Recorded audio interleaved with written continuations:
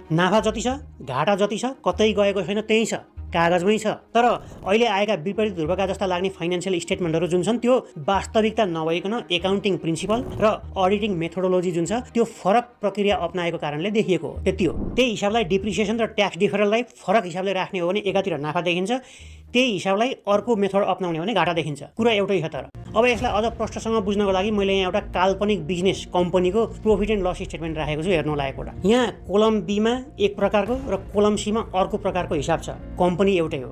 दुवै कोलममा sales, salary लगायत अरू जति पनि आमदामी र खर्चहरू छन् सबै एउटै छ ठ्याक्कै, एक्सेप्ट डिप्रिसिएसन र ट्याक्स डिफरल। दुईटा अमाउन्ट फरक छ। कोलम बी मा डिप्रिसिएसनलाई 10% कटाइएको छ प्रत्येक वर्ष र ट्याक्स डिफरल छैन, 0, नो ट्याक्स डिफरल। यसो गर्दाखेरि त्यो कम्पनी 7000 नाफामा गएको देखिन्छ। तर यता कोलम सी मा हेर्नुभयो भने त्यही कम्पनी हो, आय व्यय त्यही छ ठ्याक्कै, तर डिप्रिसिएसनलाई 25% अनि ट्याक्स डिफरल 2000 राख्दाखेरि कम्पनी 1000 घाटामा गएको देखिन्छ। कम्पनी घाटा खा। कोलम बी को अनुसार जाने हो भने यो कम्पनीले नाफा गरेको छ, त्यसमा ट्याक्स तिर्नुपर्छ। कोलम सी को अनुसार जाने हो भने कम्पनी घाटामा छ, ट्याक्स तिर्नु पर्दैन। सबै कम्पनीले ट्याक्स बचाउनको लागि यो जुक्ति लगाउँछन् र यो गैर कानुनी पनि छैन। कानुनले नै यसो गर भनेर भन्छ, कानुन अनुसार नै यो गर्न पाइन्छ।